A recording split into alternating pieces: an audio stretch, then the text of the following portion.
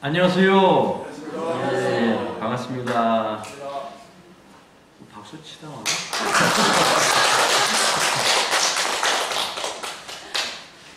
칠 때를 같이 치고 그래야 돼, 그죠?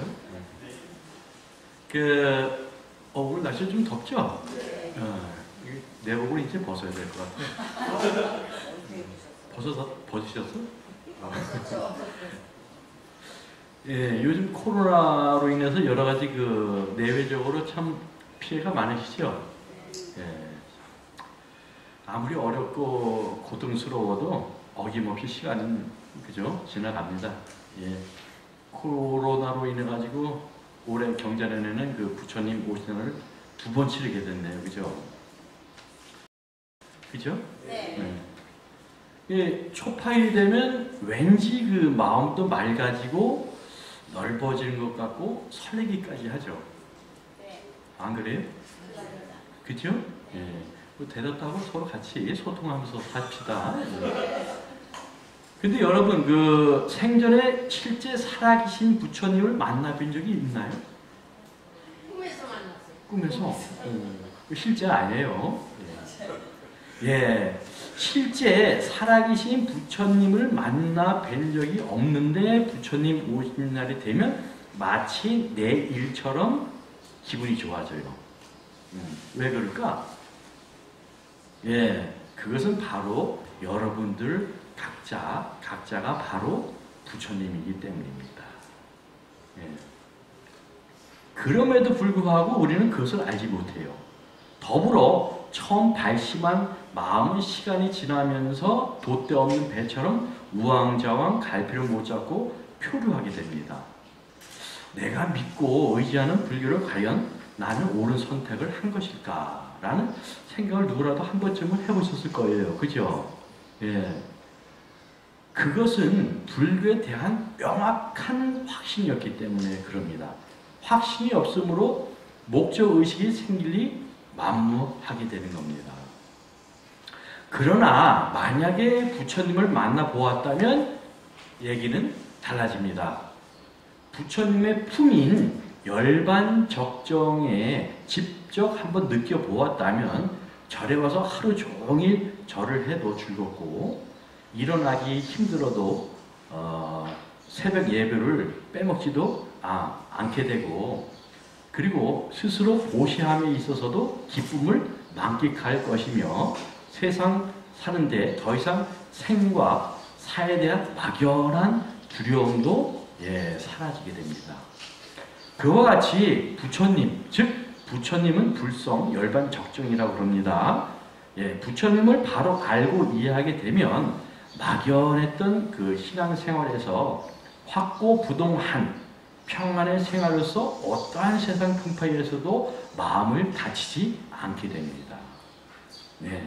그리고 기도 또는 정진하는 일을 더 이상 끌려가는 끄달림이 아닌 내 생활의 즐거운 리듬의 한 부분으로서 자리 잡게 됩니다. 그렇다면 시다르타 태자가 출가수행을 통해 겪으신 그 부처님의 자리인 열반 적정의 자리란 눈에 보이는 것도 아니요. 각자가 스스로 체험해서 체득해야 한다는 것은 우리도 알고 있죠? 공부 많이 하셨구나. 열반이 눈에 보이지 않지만 한 번이라도 직접 육안으로 미리 볼 수 있다면 도움이 되지 않을까요? 그죠? 그리고 또한 우리 중생과 부처님과의 차이가 무엇인지 직접 볼 수만 있다면 그때는 사정이 달라집니다. 그와 같이 직접 보게 된다면 나와 부처님의 다른 점을 인정하고 이해하게 되면 지금 내가 하는 신앙생활에 대한 불확실한 의혹도 사라지게 됩니다. 그렇죠? 아니 우리가 가게에 가서 물건을 살 때에도 그 상품이 괜찮은가 아니면 괜찮은가 살펴보잖아. 그죠? 하물며 생사의 문제를 해결하는 중대사에 있어서 성불하셨다고 하는 부처님에 대해요 사전에 우리가 미리 살펴본다는 것은 결코 무의미하고 작은 일만은 아닐 겁니다. 그렇죠? 여러분 그 명의 그 허준 잘 알고 계시죠? 예. 그 명의 허준은 의술이 아주 뛰어났지만 벽에 부딪히는 일이 하나 있었습니다. 그것은 직접 사람 몸을 해부해 보아야 풀 수 있는 문제였어요. 그런 마음을 아는 허준의 스승은 자신의 목숨이 다하자 자신의 몸을 허준에게 기증을 합니다. 그래서 허준은 스승의 몸을 해부해 봄으로써 풀지 못했던 문제를 해결합니다. 그와 같이 우리의 스승이신 부처님의 몸을 해부해서 열반 적정을 알 수 있다면 필경 부처님은 수천, 수억의 몸으로 낮추시어 우리 모두에게 아낌없이 기증하셨을 겁니다. 예.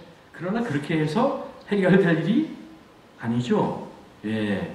그래서 몇 가지 제가 소품을 가지고 근접적으로나마 살펴보고자 합니다. 예. 자, 이제 먼저 본격적으로 부처님이란 도대체 어떤 분이신가를 알아보도록 하겠습니다. 아시다시피 부처님 몸은 뭐예요? 청정오온이셨습니다. 우리가 모두 이 오온은 우리 몸을 말하죠. 예, 즉 몸인 이 사대를 가지고 있는 동안에 이루어야 할 정상이 바로 청정오온을 이루는 일입니다. 이 청정오온을 이루지 못하면 결코 열반 적정에 들어설 재간이 없습니다. 윤회에서 벗어날 길이 없다는 말씀이에요. 예. 이러한 청정오온에 대해서는 장아함경 유행경 초에 보면 기녀인 그 암파발리의 오온이 열다 이런 표현한 구절이 있습니다. 한번 보시겠습니다. 그때의 세조는 그녀의 뜻이 부드러워지고 마음이 즐거워지며 오온의 장애가 엷어져 교화하기 쉬운 것을 아셨다. 그래서 모든 부처님의 법대로 그녀를 위해서 고성제, 집성제, 멸성제, 출효성제를 설명하셨다. 암파발리는 믿는 마음이 맑고 깨끗해져 마치 흰 천이 빛깔을 받기 쉬운 것과 같았다. 예. 그래서 그 자리에서 티끌과 때를 멀리 여의고 모든 법에 대한 눈이 생기어 법을 보고는 법을 얻고 결정코 바르게 머물러 악도에 떨어지지 않게 되었으며 두려움을 없음을 성취하였다. 그랬어요.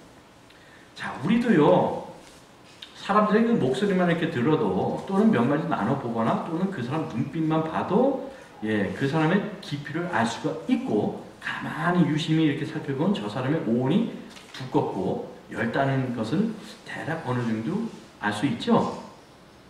아직 그 신통력이 없네. 자, 그러면은 준비한 소품을 가지고 중생의 몸인 오온과 성불하신 부처님의 몸인 청정오온에 대해 관찰해 보도록 하겠습니다.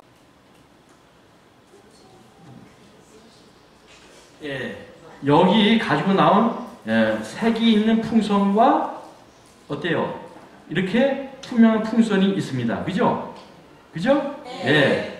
색이 있는 풍선은 우리 중생의 몸으로 가정해서 보시고 아셨죠?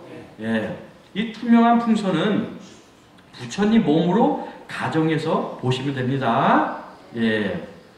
먼저 색이 있는 풍선을 보도록 하겠습니다. 보시다시피 이 색깔이 있는 풍선을 통해서는 어때요? 배경을 볼 수 없을 정도로 아주 탁합니다. 제 얼굴이 보여요? 안 보여요? 안 보이죠? 여기다 손을 바짝 대도 안 보여요. 잘 보시네. 자, 왜 이럴까요? 그 이유는 육근, 육경, 육식에 대해서 아주 성실하게 사는 사람이기 때문에 그래요. 성실해. 진짜 성실하게 살아. 눈으로 보는 좋은 모든 것들과 귀로 들리는 좋은 소리, 코로 맡기는 좋은 냄새, 혀로 느끼는 맛 좋은 음식과 몸을 위해서는 좋은 향수나 크림 등으로 인정사정 없이 치장을 하면서 몸이 원하는 것은 언제든지 착실하게 욕망을 채워서 충족시켜 줍니다. 그래서 저는 나름대로 이 색깔이 있는 겉을 껍질, 이라고 이름을 붙여봤어요. 마치 그 오래된 나무처럼 자신을 그 외부로부터 보호하기 위해서는 아주 두꺼운 껍질로 방어벽을 구축해 하듯이 말입니다. 자신의 몸을 위해서는 적극적이고 충실하니 당연히 그 껍질인 오온이 두꺼워지고 불투명해질 수밖에 없습니다. 이런 식으로 나라는 아집이 점점 더 굳어지는 겁니다. 아집이란 나에 대한 강한 집착심을 말합니다. 다 기본적인 거 설명 안 드려도 되겠네, 그죠? 아, 그래도 이 세상에 태어난 존재는 그 누구를 막론하고 그 생로병사에서 벗어날 길이 없습니다. 내 몸이 늙고 죽음은 그 누가 대신 대행할 수가 없어요. 그것은 부처님도 예인은 아닙니다. 부처님도 예인 아니에요. 더군다나 죽음은 예고 없이 불현듯 찾아옵니다. 우리는 죽음을 어때요? 코끝, 코 앞에 달고 사는 겁니다. 그래서 도를 성취할 수 있는 시간과 기회는 그다지 많지 않아요. 그래서 기회가 또 있으려니 하는 어리석은 생각은 애초에 버리는 게 상책입니다. 이런 사람, 곧 모든 중생이 생로병사의 굴레에 따라 오온의 인연이 다 되고 사대가 흩어지는 죽음을 당하면 어찌 되는지 보겠습니다. 자, 그럼 한번 죽어봅시다. 즐거운 표정이 아니셔. 누가 먼저 죽어볼까? 잘 보셔야 돼요.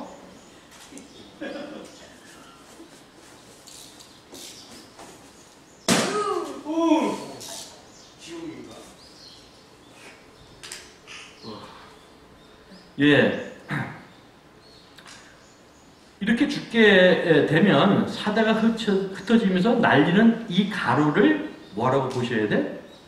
식이라고 가정하고 보시면 됩니다. 이처럼 중생은 죽어서도 지저분하게 뭔가를 남깁니다. 언제나 여행을 하든지 그 고속도로 휴게소 화장실에 들어가니까 아름다운 사람은 머무는 자리도 아름답다라는 문구를 본 적이 있어요. 그런데 우리는 죽어서도 이렇게 아름다운 모습을 보여주지 못합니다. 꼭 뭔가를 남기려고 하는 습성이 있기 때문이에요.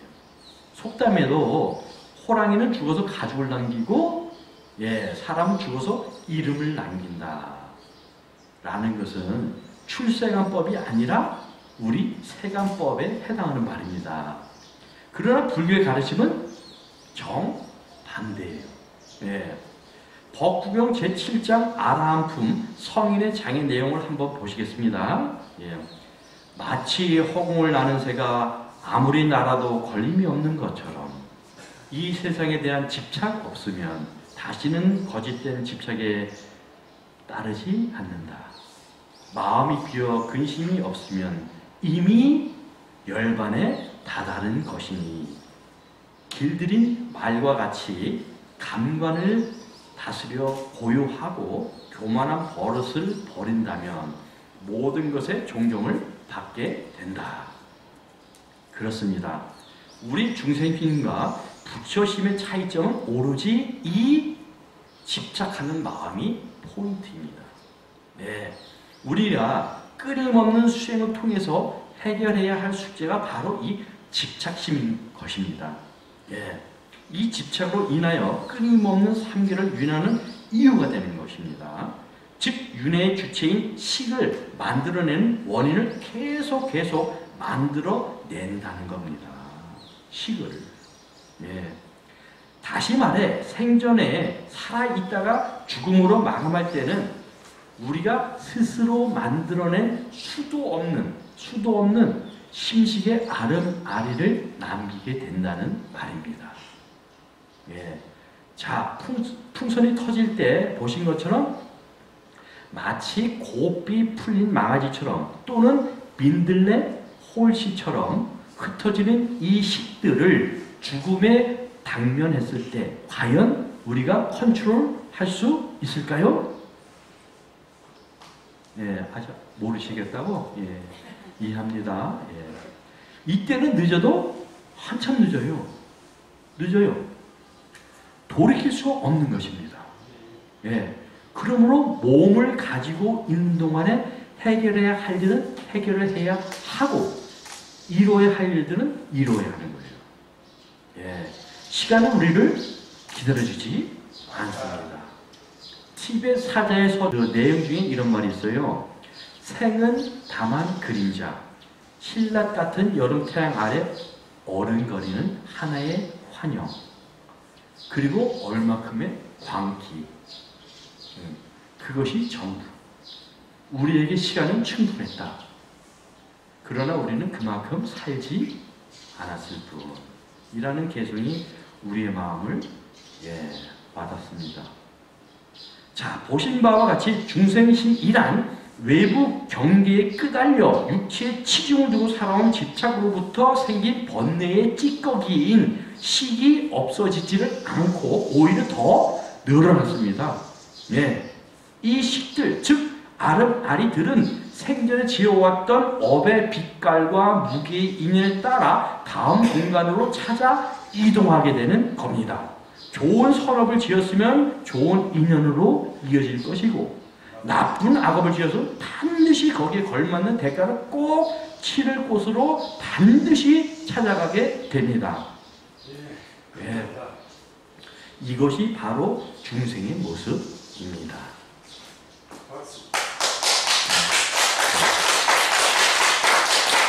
이렇게 여러분들이 이해하시면 참 보람을 많이 느껴요.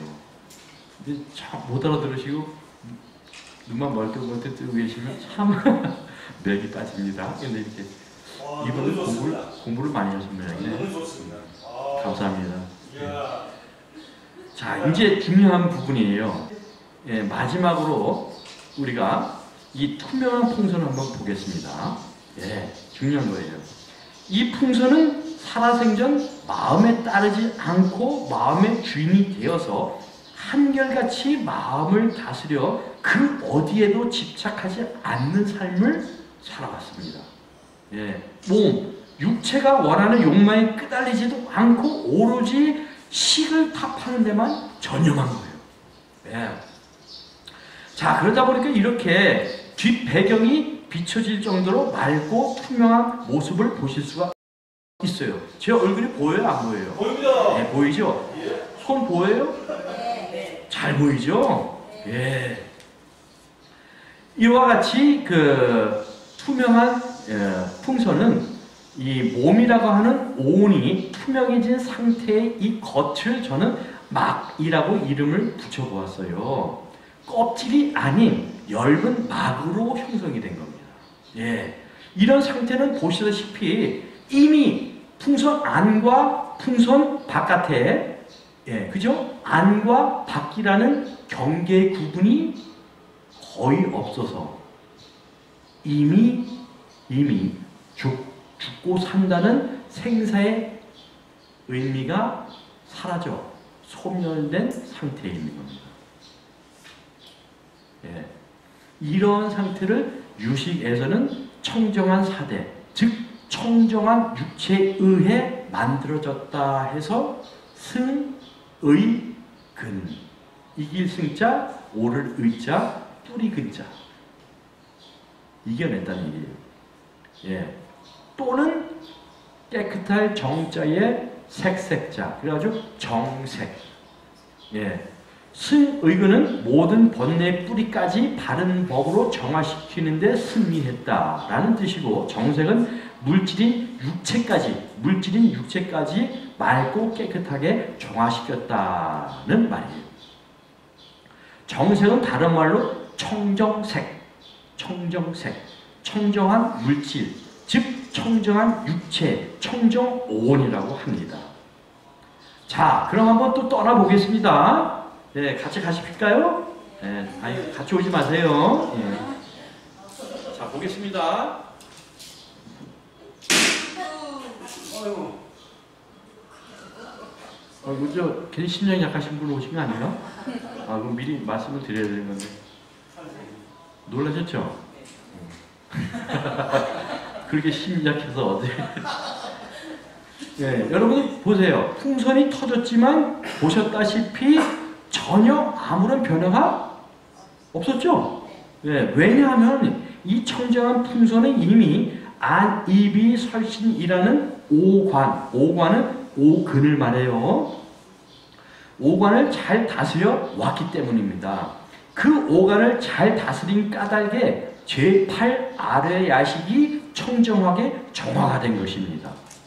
예, 이것을 또 유식에서는 아래 야식이 뒤바뀌었다고 해서 전의라 그럽니다. 즉 번뇌망상인 식이 청정한 식으로 뒤바뀌었다는 말입니다. 이렇듯 번뇌로 물든 티끌만한 식도 존재하지 않습니다. 그것을 소멸이라고 말합니다. 소멸이라고 해서 어디에다가 내다 버린 것이 아니라 원래의 청정한 상태로 변화를 시켰다는 말입니다. 돌아갔다는 얘기예요. 원래의 상태로. 그래서 그것을 번뇌 즉 보리 라고 합니다. 이러한 상태까지 능히 이뤄냈을 경우 나야 가히 부처라 칭할 수가 있습니다. 이러한 상태를 잘 묘사해 주고 있는 경전 구절을 보겠습니다. 먼저 중론의 규경계의 내용입니다. 발생하지도 않고 소멸하지도 않으며 상주하지도 않고 단멸하지도 않으며 같지도 않고 다르지도 않으며 오지도 않고 가지도 않네. 이 영기를 설해 주시고 모든 희론을 소멸하시니 모든 설법자 가운데 으뜸이신 부처님께 나는 머리를 조아려 예배 공양을 드립니다. 참으로 소름 끼치도록 환심 나는 말씀이에요. 다음은 화엄경 10인품의 무생법인에 설한 내용입니다. 무생이라는 것은 태어남이 없다라는 말이에요. 보살이 조그마한 것도 나는 것을 보지 않으며, 그러니까 발생하는 것이 보지 않는다는 말이에요. 그 다음에 사라짐도 보지 않는다. 왜냐하면 나지 않으면 사라짐도 없고, 사라짐이 없으면 다함이 없고, 다함이 없으면 때를 여의고 때를 여의면, 몸에 있는 때 말하는 거 아닙니다. 차별이 없고, 차별이 없으면 처수가 없고, 처수가 없으면 적정하고, 적정하면 탐욕을 여의고, 탐욕을 여의면 지을 것이 없고, 지을 것이 없으면 원함이 없고, 원함이 없으면 머무를 것이 없고, 머무를 것이 없으면 가고 오음이 없기 때문이다. 아까 우리 풍선 터뜨린 거 보셨죠? 그 상태에서는 가고 오음이 있겠어요? 없겠어? 바로 없습니다. 우리는 가고 오음이 있어요? 없어요? 뚜렷하죠? 참고로 앞에서 보신 두 풍선을 잘 화두하시면 열애장 사상, 유식, 무화, 자성, 청정, 심성, 본정, 객진, 번뇌 등등 정전 내용을 두루두루 이해하시는데 큰 도움이 될 겁니다. 이러한 본질적이고 근원적인 의미를 이해 못하면 평생 팔만대장경을 외운다 해도 단 한 구절도 이해를 못합니다. 칼융이 말하듯이 팔만대장경은 닫힌 책으로 시작해서 닫힌 책으로 끝나고 맙니다. 읽는 사람의 영적인 이해력, 지혜에 따라서만 그것인 책장이 열리기 때문입니다. 그것은 누군가에게는 끝내 닫힌 책일 수가 있지만 마음을 열고 모든 편견을 넘어 진리의 여행을 떠나려고 하는 자에게는 그 책장은 눈부시게 열어 보일 겁니다. 자, 그러면 이제 생각을 정리해 보도록 하겠습니다.